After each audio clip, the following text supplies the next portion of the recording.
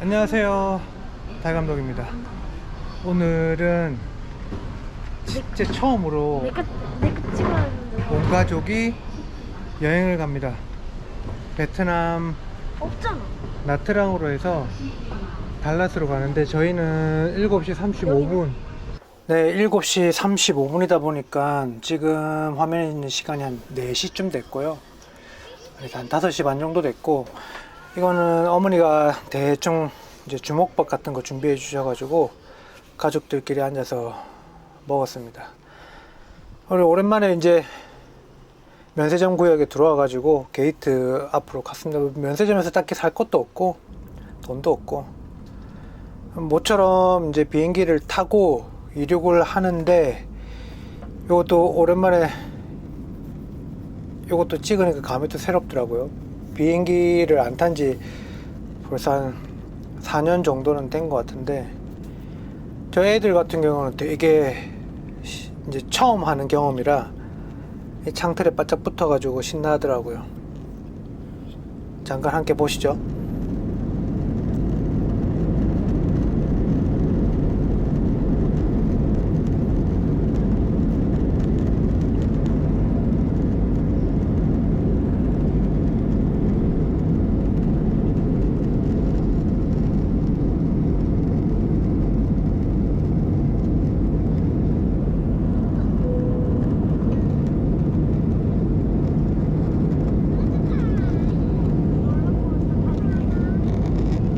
와, 재밌다. 네, 이제 나트랑에 오자마자 패키지로 갔기 때문에 가이드가 가지고 온 버스 차량에 탑승을 해가지고 뭐 근처에 뭐 바닷가 좀 보러 간다고 하더라고요. 그래서 아버지하고 딸이고 그 바닷가에 이제 뭐 조그만한 가게 이렇게 공연을 좀 볼 수 있게 해놨는데, 지금 연주되는 곡은 아마 베트남 전통곡인데 점점점 희나리로 바뀌어 가더라고요. 이건 침향입니다. 침향. 요즘에 뭐 베트남 침향이 되게 유명하다고는 하는데 저는 별로 신뢰가 안 가더라고요. 그래서 침향으로 만든 염주 같은 것도 팔고, 그 다음에 제비집이라고 했던 것 같아요. 중국 사람들이 많이 사간다고 가이드가 안내했습니다. 사실상 뭐 그냥 의미 없죠. 그래서 이제 그 앞에 바닷가, 여기가 뭐 베트남 전설에 나오는 어떤 인물이 뭐 무슨 발자국을 남겼다고 하는데 안 찾아봤고, 콩카페입니다. 이 카페는 이제 베트남 부부가 이제 사업을 시작했는데, 두 부부 다 우리나라 서울대학교에서 박사를 땄대요. 그래서 그래서 그런지 여기가 콩카페가 베트남 사람들은 잘 안 가고 한국 사람들 입맛에 맞아서 한국 관광객이 거의 다 벌어다 주고 있다고 했어요. 그리고 여기는 이제 호텔입니다.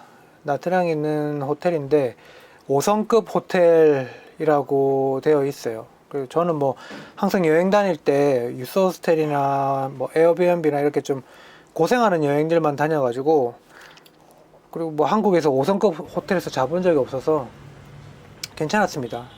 베트남의 하늘이 이쁘더라고요. 그리고 밑에 수영장이 있어가지고 또 애들 데리고 잠깐 물놀이를 했는데, 저 좀 물에 또 들어가니까 또 좀 춥더라고요. 카메라가 물에 들어가니까 좀 고장이 났는데 뭐 지금은 뭐 괜찮습니다. 물에 들어가도 되는 액션 캠이었는데 좀 뭔가 문제가 있었나 봐요. 혼자 밤에 이제 좀 살짝 잠시 나왔습니다. 그래서 그냥 호텔 복도 한번 찍어봤어요. 아무도 없길래. 바로 호텔 근처에 좀 돌아다니니까 발 마사지 집이 있었는데, 저기 골목 중간쯤에 있는 현지 발 마사지 집에서 가서 이제 발 마사지를 했습니다. 한국 돈으로 2만원 했던 것 같아요, 1시간에. 어떤 남자분이 해주셨는데 너무 잘해주셨고 제가 팁을 드리고 왔습니다.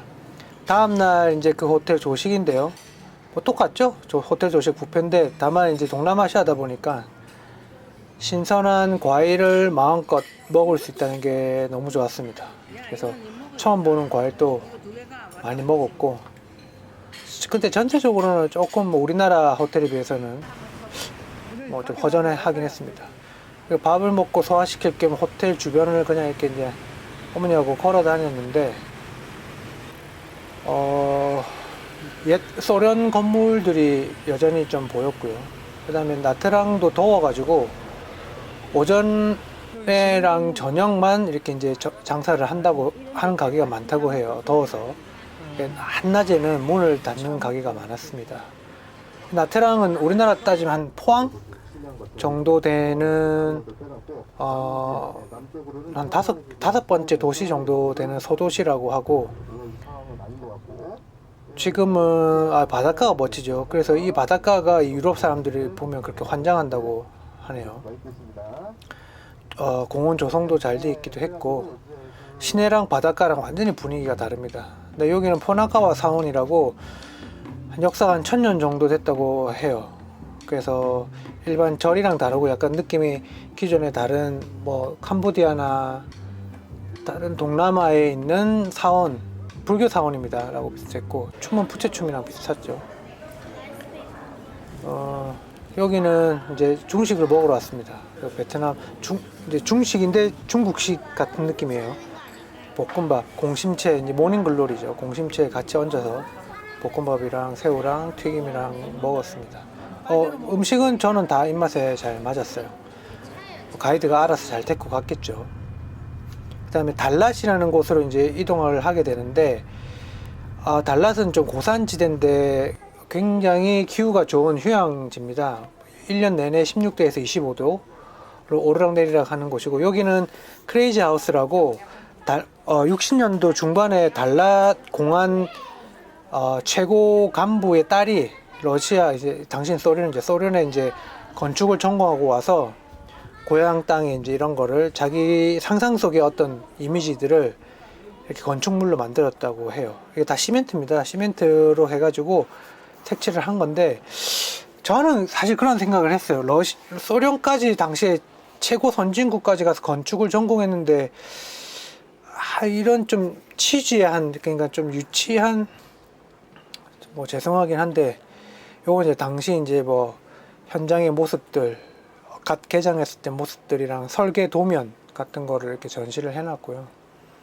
뭐 특이하긴 한데 이게 점점 확장이 돼서, 처음에는 이 정도의 규모가 아니었고 좀 작았는데 점점 커져가지고 지금의 현 규모가 됐고, 이게 베트남이라고 할 수는 없지만 나트랑이나 달랏은 전체적으로 이런 분위기가 많았어요. 그러니까 뭔가 살짝 한두 개 봤으면 유치했을 법한데 압도적으로 그냥 이거를 확 유치함으로 몰아붙이니까 이게 컨셉이 돼가지고 그냥 봐줄만 한 것이 돼버렸습니다. 달랏도 여전히 하늘이 예뻤어요. 날씨도 다행히 좋아가지고. 주변 제일 높은 곳에 올라갔는데 주변 경관은 이랬습니다. 공기도 좋았고. 그리고 이제 전기차를 타고 다음 이동을 하면서 이제 시내 투어를 하는 건데, 이게 오토바이가 너무 많고 바로 옆에서 있다 보니까 오토바이에서 뿜어져 나오는 그 매연 냄새가 너무 심해가지고 썩 그렇게 유쾌한 느낌? 경험은 아니었는데, 뭐 애들은 좋아했던 것 같아요. 저렇게 손도 흔들어주고. 네. 기가 차네요. 어쨌든 도로에 이제 저렇게 차선도 없고 횡단보도만 있는데 알아서 질서 있게 다 잘 다니더라고요. 저녁은 이제 허거 베이스에 이제 샤브샤브 집이었는데, 여기 사장님이 한국 사람이더라고요. 한국 사람인데 연세가 조금 뭐 한 60대 정도 되시는데 한국말이 하고 싶으셨는데, 저희가 가니까 그렇게 그 어른들이랑 얘기를 길게 하시더라고요. 막 자기가 여기 왜 왔는지 언제부터 있었는지 묻지도 않았는데, 역시 구름이 너무 예뻐가지고 잠깐 찍어봤습니다. 그 다음에 달랏 야시장에 왔어요. 규모가 조금 컸는데 뭐랄까 좀 뭔가 탁탁 임팩트가 있는 그런 느낌은 아니었고, 그냥 좀 허전했고, 그리고 뭐 이것저것 팔았는데, 굳이 산다면 좀 그냥 가을날이니까 좀 춥다고 느끼시는 분들은 그냥 긴 옷가지를 저렴하게 살 수 있을 것 같았고, 저기 붙어 있는 거는 한국계 이제 전현무 씨랑 뭐 박나래 씨랑 촬영팀이 저기서 먹었다고 붙여놓은 그림이고, 가이드가 이제 우리나라 군밤 같은 걸 사줬는데 우리나라보다 CR은 작았고 먹을만 하긴 했습니다만 당도도 우리나라 거보다는 못했습니다. 야시장의 장경인데 지금 질서를 안 지키니까 공안이 나와서 한마디 하니까 사람들이 화들짝 놀라면서 진짜 일말의 군소리 없이 정리를 했습니다. 이것도 좀 재밌더라고요. 호텔에 왔고 호텔도 이 호텔도 괜찮았습니다. 주변에 전경도 좋았고 근데 이제 이게 가벽을 설치했는지 옆방 부부싸움 소리가 너무 적나라하게 들려가지고 좀 민망했어요. 자, 1부는 여기서 끝이고 2부에서 또 간단하게 또 말씀드리겠습니다. 감사합니다.